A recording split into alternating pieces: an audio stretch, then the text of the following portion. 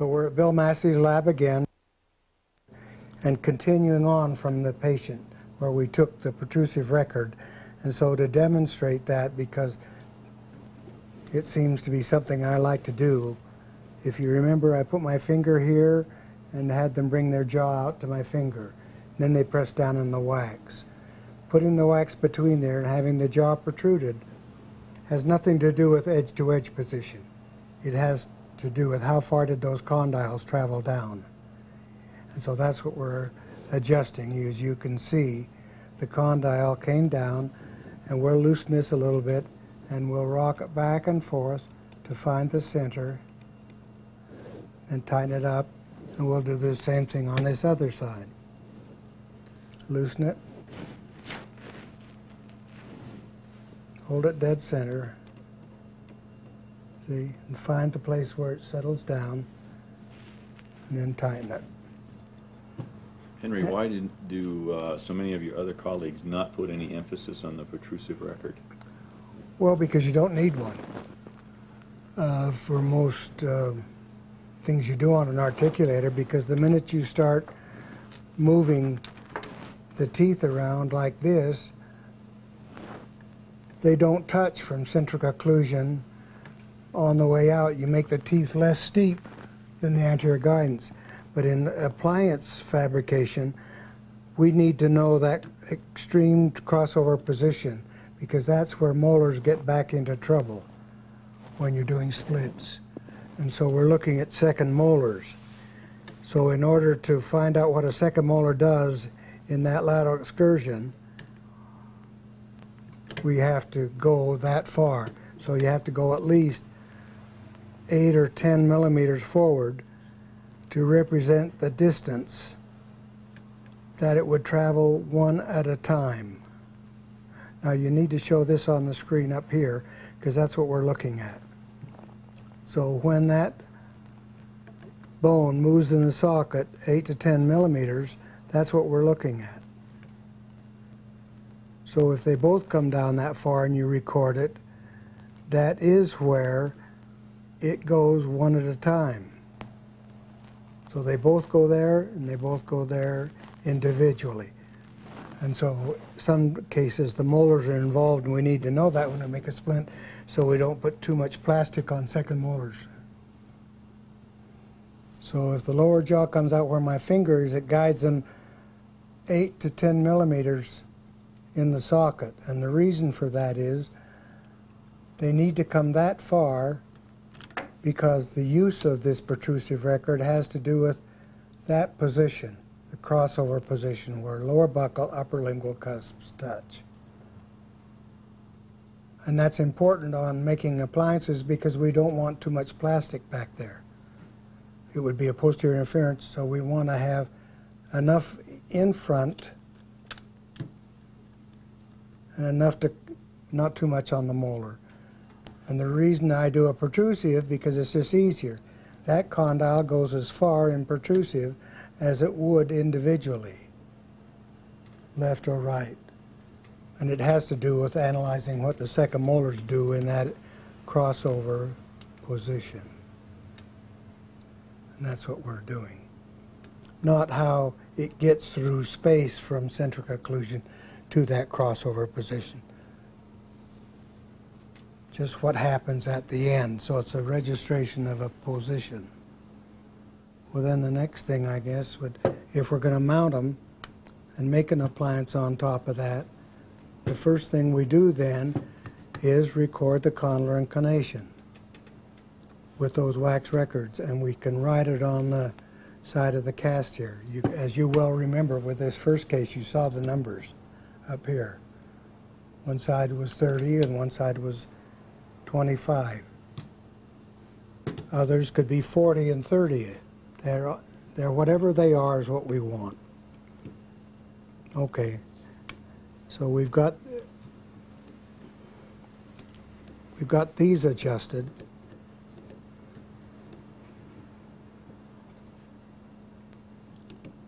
And now what we have to do is wax it up.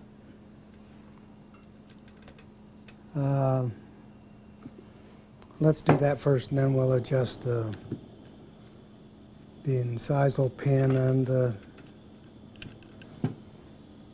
wings contour inclination.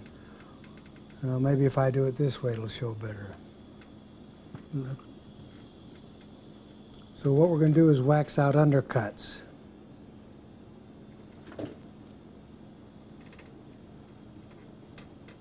So I'm going to put wax in between the teeth and over the top of the teeth, like that. Over the top of these teeth, because we're going to get the plastic on and off, we don't want to break the edges of those teeth. So just enough wax to do that. And it works well if you even turn your spatula around the other way, do you see? Anything that will carry the wax up and over. But do you notice I'm using a low fusing rope wax, but with a hot spatula, so it will drag the wax up in between where I want it to be. So you're only waxing out a little bit of the undercut.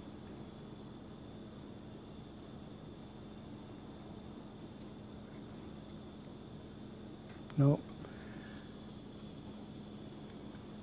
I'll only show you one or two things you don't have to do. One of them, you don't have to do that. Most everything we're trying to do is to show you what you do.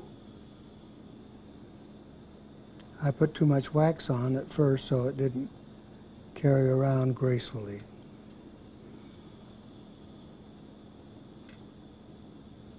Just a little bit, just enough to fill in like that. Okay, so that would be the wax up all the way around. And I had another one here, two others, that's right, that I wanted to show you just since we're making an example.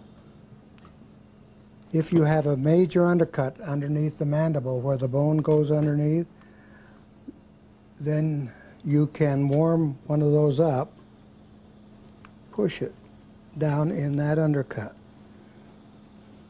You see, to cover the undercut because the wax spatula.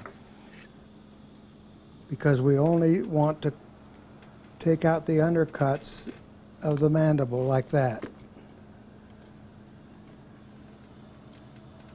If you put too much wax,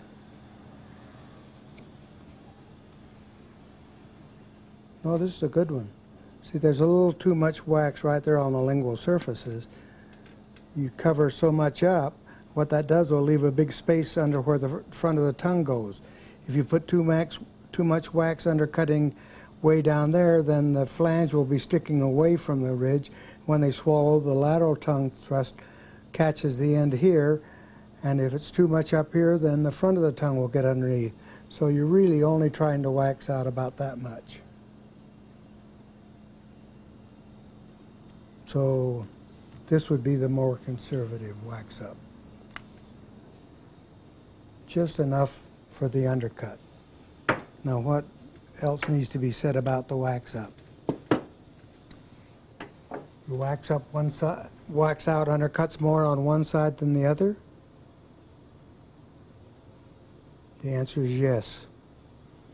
Wherever the major undercuts are, those are the ones you wax out the most. And because of the fact that I'm right-handed, I sit on the right of the chair, I'm always picking the appliance up with my thumbnail right there. That means I don't want as many undercuts under here, blocked out. I want the undercuts under here blocked out because that rotates up and down. And that's for retention of the patient. Because then it won't come straight up and down. So it's a rotational seat, push down. If you're left-handed or you're over on the other side or the teeth are tilted in some unusual way, do it any way you want. But routinely, I block out the undercuts on the left side a little more. First of all,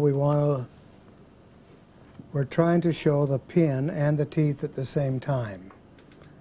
So if you do, well, maybe that'll be okay right there. First of all, these should be eccentric.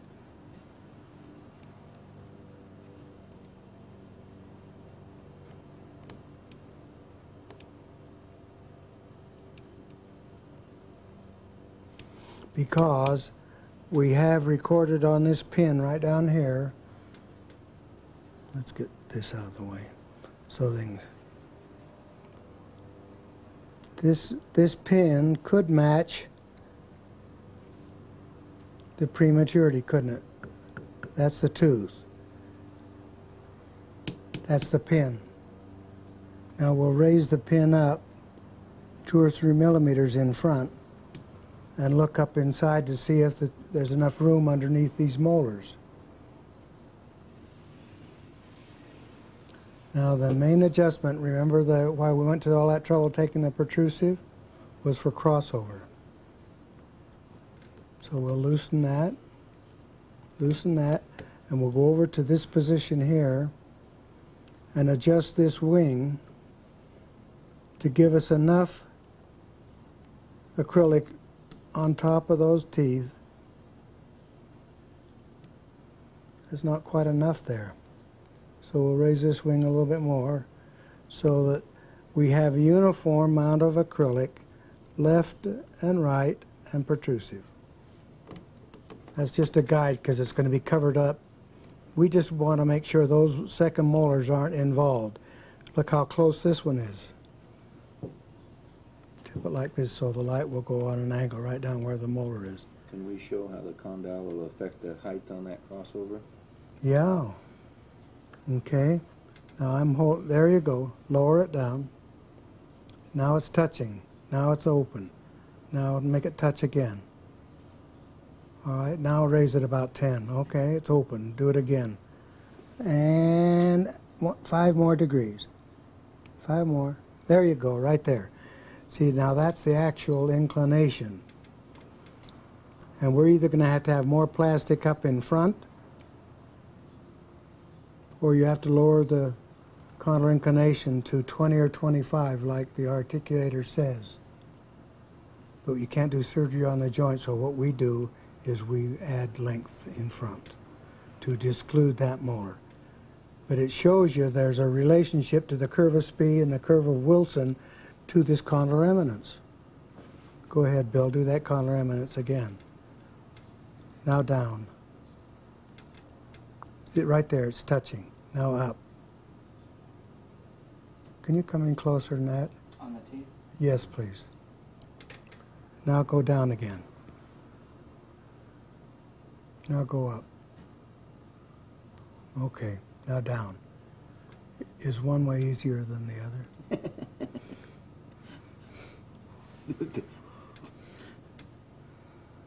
So some things do affect. All right, now it's open all the way. That's good. So it just shows you then with longer front teeth, that condylar inclination is sufficient to disclude the molar.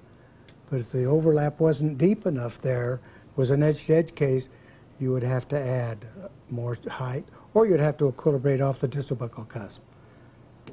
Appliance would work real well with no acrylic on the distal buccal cusp, because it's centric occlusion that's the most important. Were those the things we were thinking of that were important to emphasize? Okay, then we might as well make it. We put that off long enough, haven't we? And in order to do that, Dr. Ricketts taught me how to cover a cast with tinfoil. We used to do it for dentures, but when he showed me how to make that bio template of his, why, that was really slick. So go ahead and put the box there, and then we'll zero in on 2 labels. This is one brand, and it's a 1 pound. So it takes 2 hands to lift that box. And then here's a ½ pound by another company. Can y'all read that okay? It's upside down. I don't know how in the world you do that. Thank you. There we go. So it can be a ½ pound or a full pound, doesn't matter. And let's have some tinfoil now. And the way we're going to do that is I'll let you have that roll, Bill. And we're going to cut a whole bunch up. What happened to that box that had the tinfoil in? Yeah. See if that's right. If we're going to cut them up, this is what we're going to be having. 2 pieces like that. So we'll go ahead and cut a bunch because then I can just store them already previously cut.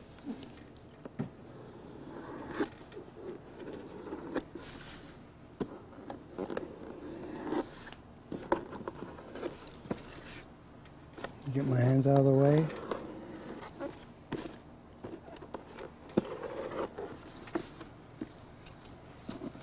Okay. And therefore we'll have sufficient tin foil now to do our casts. Whoop, sorry about that. Here we go. And the reason for this is Mel Steinberg showed me how to do this, and it was real good. See, one would go there, and one would go there.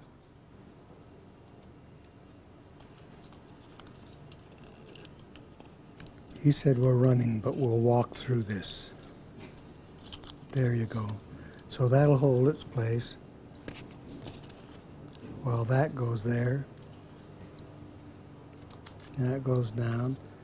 That holds it in place so I can stretch and burnish it. This is another advantage of using the softer wax, that it holds the foil in up against the flange then better than other waxes would. That would Yeah, it's a little higher. sticky. Yeah. That's really good.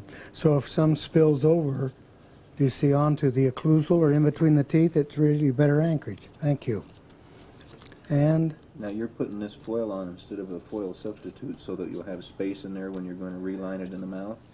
it'll be space. It'll be easier to get it off. And when I peel the foil out, it'll be nice, clean acrylic for relining. You'd still be trying to put the substitute foil on there and drying it by the time I get this tin foiled. So it's faster and cleaner. And there will be a little space, which is advantageous. And the reason we adjusted the condylar inclination and these wings for crossover before we put the foil on is we can see what we're doing better. With the foil, it's dark and you can't see as well. So you get all of that prepared, because now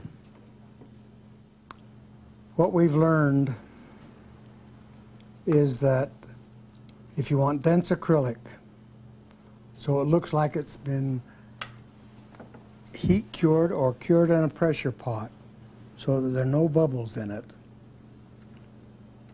then there are some tricks. And that is mostly not in the literature, because mixing acrylics according to manufacturer specifications for dentures and rebasing and things like that, that's not what we're doing. We're going to have dense acrylic. And how, or what are the mechanisms? One is cold monomer, and that's why this dish has frost on it, because of the hot air right here at this table. And cold monomer is one thing, because it'll slow down the wetting process of the liquid to the powder. That gives it time for the bubbles to get out of the acrylic while you're mixing it on a vibrator. So the faster it's mixed while it's in the, like wet sand, then the more the air will come out. So we're going to do that, and then we'll talk about where the bubbles go. You think about what's going to happen after I mix this. And we're going to measure. The ratio is what? Basically 3 to 1. So where's that liquid bottle? So it's a 3 to 1 ratio, and you want to make sure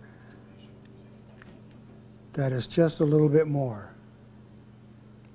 Ready? Here we go.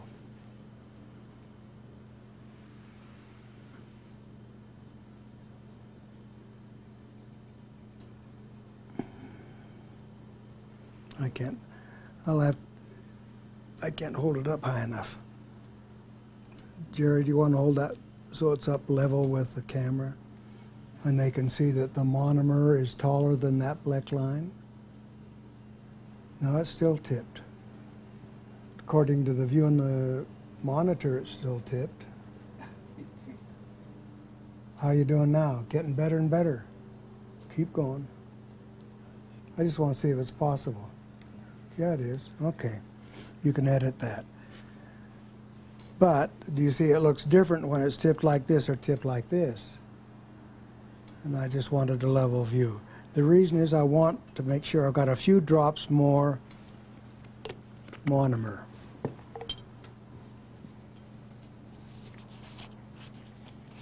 And a few little less powder. Now I want to show you the most common thing that's done. I'm not very good at it, but I can demonstrate approximately how it works. Okay? Now to make sure the measurement's really right, you have to tap it on the table and make sure it's really compacted.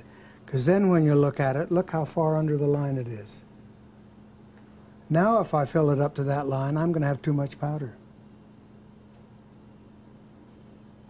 So it's like Martha Stewart show. You have to sift the flour. You don't pack it if you're measuring it. Okay? Do you have a special acrylic you use for your splints, Henry? Methyl methacrylate and polymethyl methacrylate mixed in a 2:1 ratio.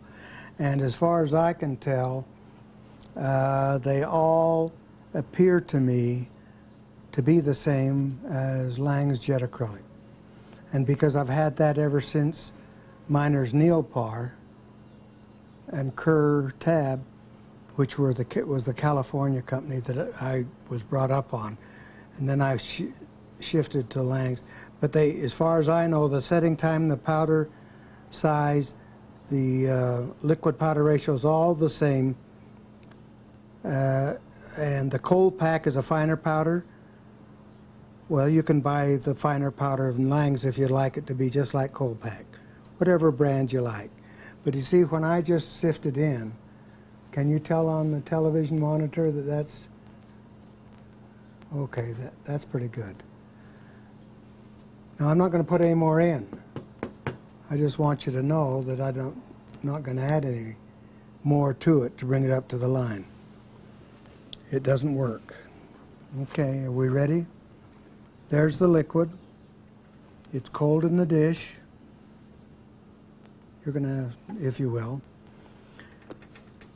And I'm going to keep that monomer bottle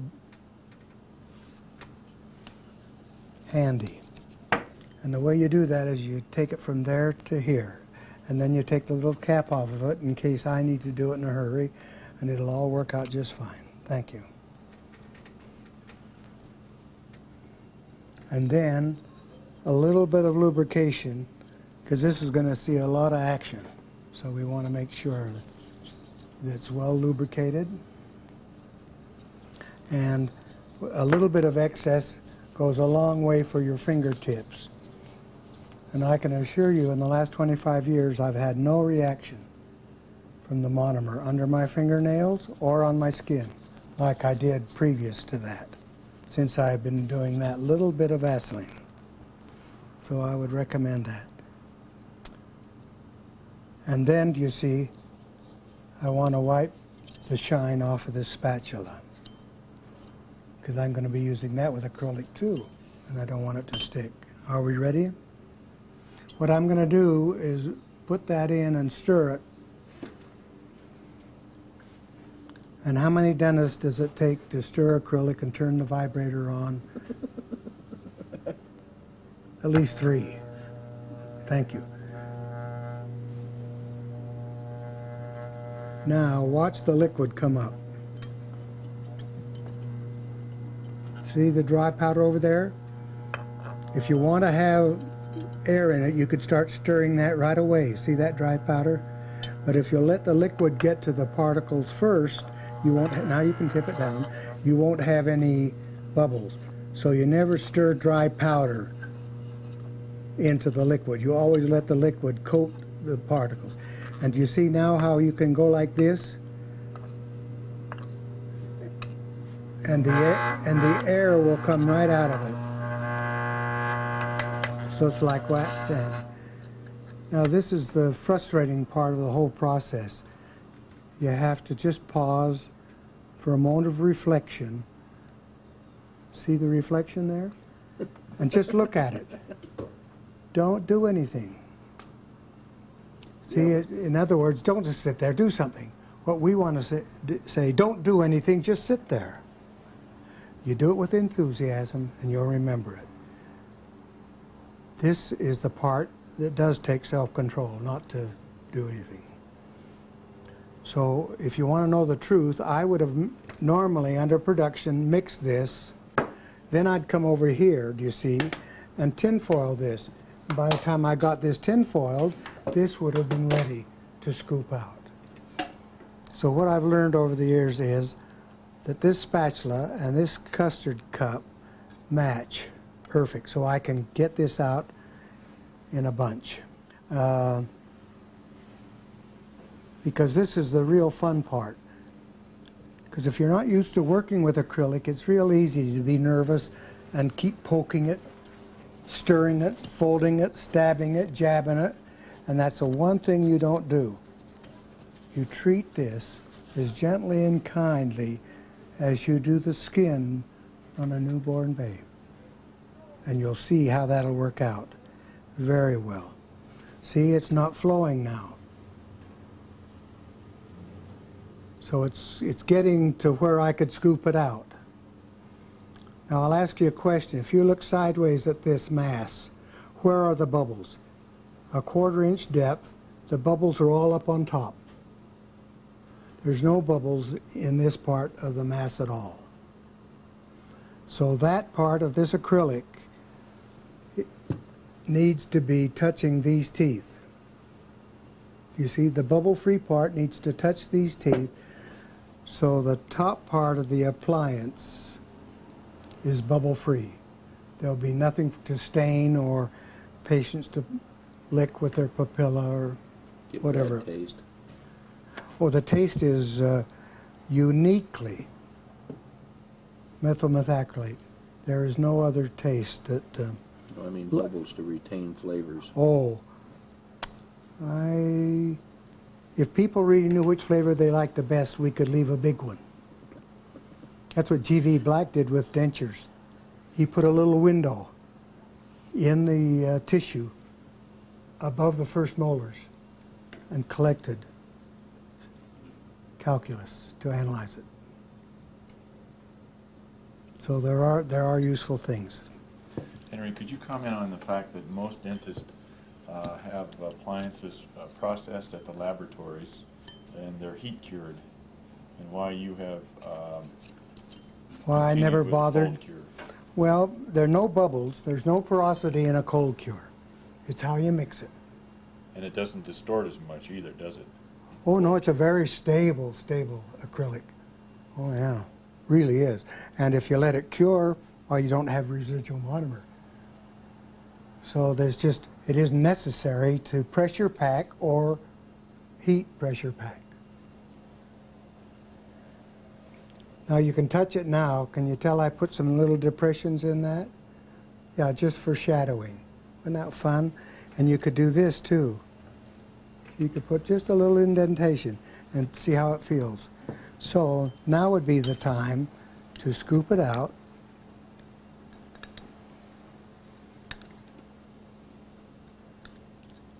And look at that. There's my skin, the old man's skin on top, where the bubbles are, and underneath, absolutely smooth, bubble-free. And so all we have to do is to kind of play with it a little bit. Not too much. You want it to just stay soft the way it is.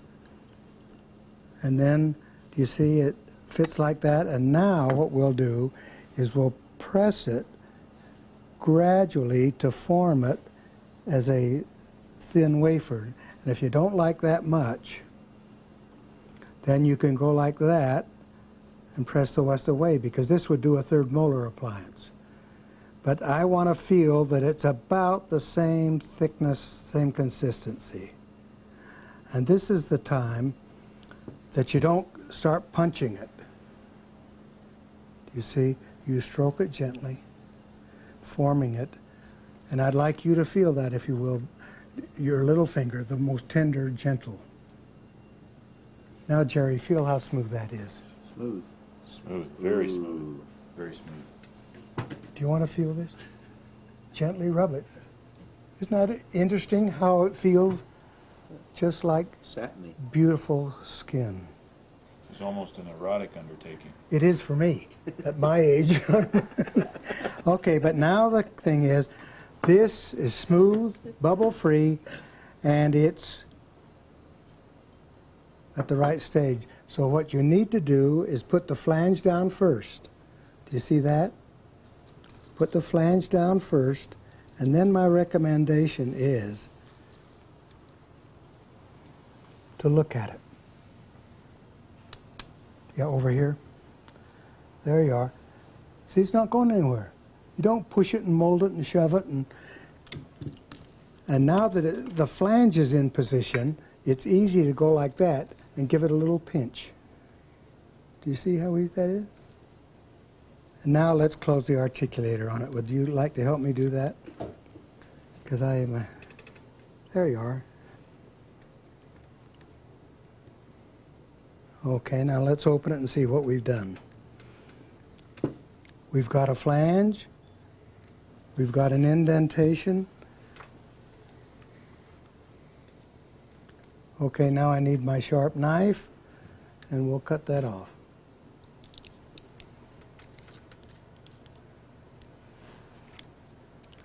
So you start cutting, take hold of it, and just pull it as you go along. It'll come right out. Okay, we turn it around the other way. Cut it, take hold of it, and then just keep right on going.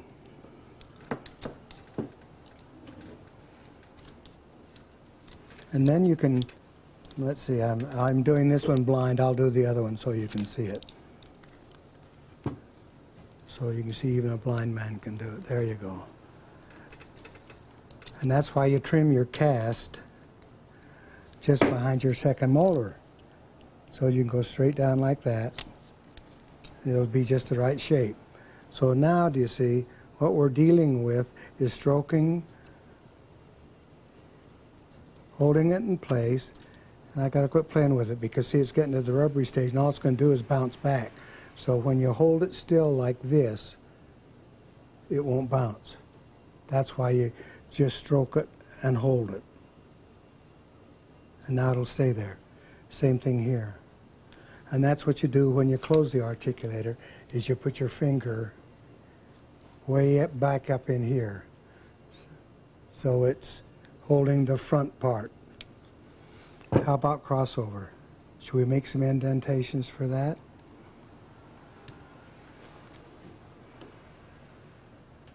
See, what that does is that lets your cuspid make an indentation, so it's not, the appliance isn't too thick there. Okay. And that's the same as protrusive, left and right. Okay. And then the rubber band is helpful at this point because it'll hold it in the centric while you hold the flange. So you need to hold both of these flanges. And the reason for that is you don't want them pulling out when they're getting hard. You want them to be sitting next. So I guess I could show you. This is what I'm really trying to do, is hold my finger there and my other finger over there, so that all of this acrylic stays next to the stone. This part up here is going to be soft because it's cold. My fingers haven't been warming up that acrylic, so the occlusion will be right on the money. But if you don't hold the flanges,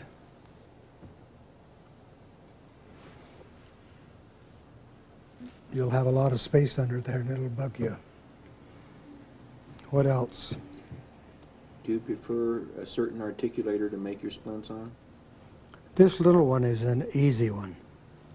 One with a Danar with a big bar in the middle is hard to get around. So I use that for my diagnostic casts and preserve them for the original model. But I like a little smaller articulator for making these because I can get my hands in there. But they can be made on anything because the most important thing is centric occlusion. And this is a guarantee right now. And the fact that it's not too tall in front is what we're going to do.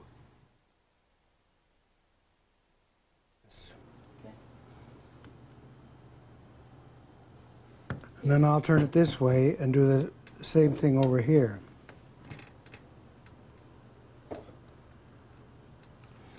And therefore, when you look down on this, that's where the cuspids come. And this is where the will be trimmed back. This is where the lingual part of those teeth that are underneath this are. So we want to make sure that all of this is cut out. So the cuspid will not be occluding there, only the incisors will be. So that's what we're doing there. Then we need to mark what these teeth will be doing. And this is what they'll be doing.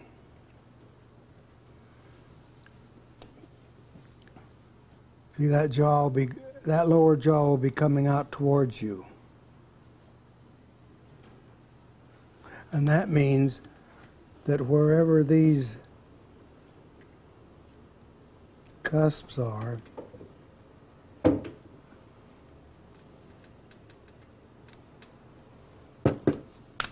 that lower jaw will be going over here also.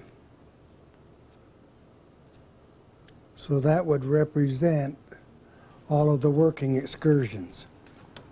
This would represent where the cuspid is on top, but this represents where the cuspid is touching. So if you look at that, that's where the cuspid is functioning on top. And all of this, I can't tell whether I'm there or not, there. All of this is what I want to remove. Now maybe I can do it with the other cuspid better. But what we're trying to do is showing the jaw travels this way, and that's the direction. If the lower jaw goes forward into protrusive,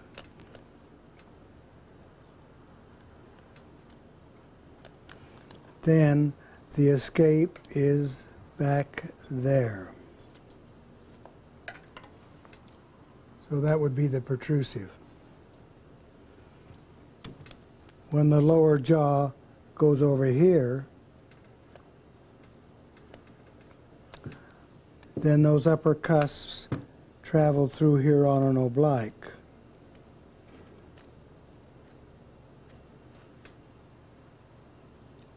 And that then looks like a crow's foot. And that's why they named Jerry Savory's study club the Crow's Foot Study Club. That's what got all of this started, coming over here to study all these things. Because as you notice, the lower jaw traveled 3 directions. It either went over to the side, like that, which would be the working direction,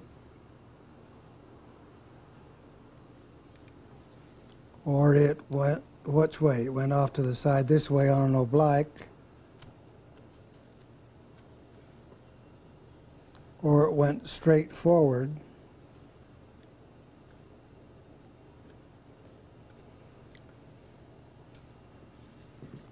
so that that travel is parallel when it goes forward. It's not with the groove or the trough. Protrusive is not that way. Protrusive is straight forward. So you have all kinds of arch forms. You have U-shaped, V-shaped, parallel. But that represents then the parts that we could eliminate. There's your crossover right there. That Are those lines representing the path that the upper cusp is going to take when it's traveling? That's all. Yeah, we're not doing the lower cusp in the upper. This is strictly the way that lower jaw went over there.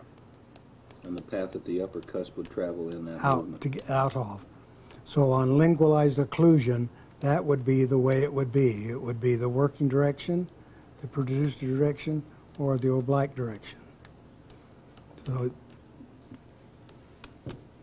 So that's the way it would be on lingualized occlusion. And then this would be where the incisal edge of the cuspid is, and this would be what the cuspid does. And all of that which is behind.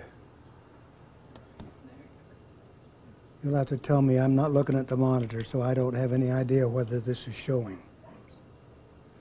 All of this behind here, behind the center of the cuspid,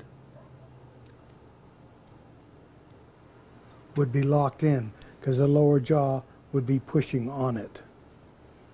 All the travel is on the mesial of an upper cuspid, the mesial of an upper bi. So all of the function is on the mesial part of a cusp, not on the distal of an upper tooth. Well, if it's on the distal of the upper tooth, then the lower jaw can't go forward. It's locked into protrusive. When the jaw goes sideways, it goes on this, right there, this front part, right through here. If it goes sideways, it's on an incline, so it'll slide forward. And that's what you want. If that lower jaw is trying to go sideways through the back of an upper tooth, it's locked. It causes you to press on something. So that's why the distal occlusion is locked in. So take a look right there. I'll hold it right there and I'll mark in pencil what I was just trying to talk about. This part is eliminated. This part is the good part. See, this part's the good part. This part's eliminated. So you're unlocking the distal occlusion. Well, that's it then. Where were the appliances that we had some of those drawn on? All right, there was one that had all of this drawn on it from a previous occasion. And then after we put ink on it in a few moments, why we'll have it looking like that. And then when we got all through, it would look like this. So we're going from what to cut away, what functions, and what the static stops are. We're trimming off the length. We don't need the flange that long. In fact, if you want to, you can trim the flange just below the teeth, because there are some people that gag. So men that gag, you cut it short. Otherwise, as you can well see, I've just made them like a denture flange. But you have to cut the extension off first before you'll know how thin to make it. You can't go in there with all this bulk and know how thin to make it. Then you go around here and you cut 1 millimeter off so that it just overlaps the millimeter that you outlined on your cast, which we didn't do, but maybe previously, I don't know. But that was the intent, was that you don't overlap this much. Half that is all that's necessary. Just enough. See how long this is? Half of that is all you need, just enough to cover the edges. So that's what I'm going to do first. Cut all the periphery off and then thin it down so it would look like this. And how you use the wheel is that you can use the edge like this and go back and forth, but you can also use the side of it to make it flat. Then you can use the side of it to thin it out. It doesn't show right. Now, like that. So you shorten it, then you thin it, and then you do this. You take that and do the part that extended over the tooth. But you do not cut it straight out like that. What I'm doing is cutting it short enough that it won't bother the tongue. That's not the way you normally hold your hand with it. No, this is for TV.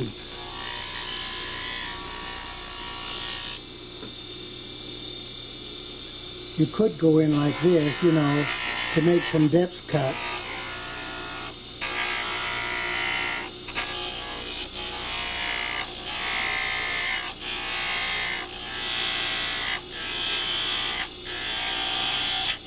And then level it off.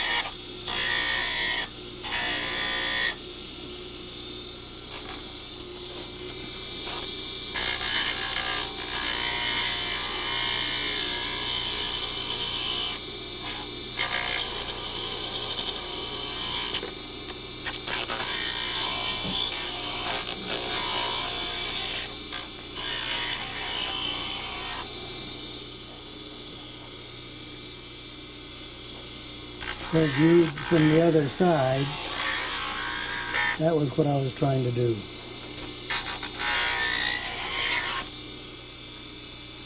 And now cut the excess that overlaps the tooth and the incisal ledge is right there. That shows, doesn't it? Is that showing?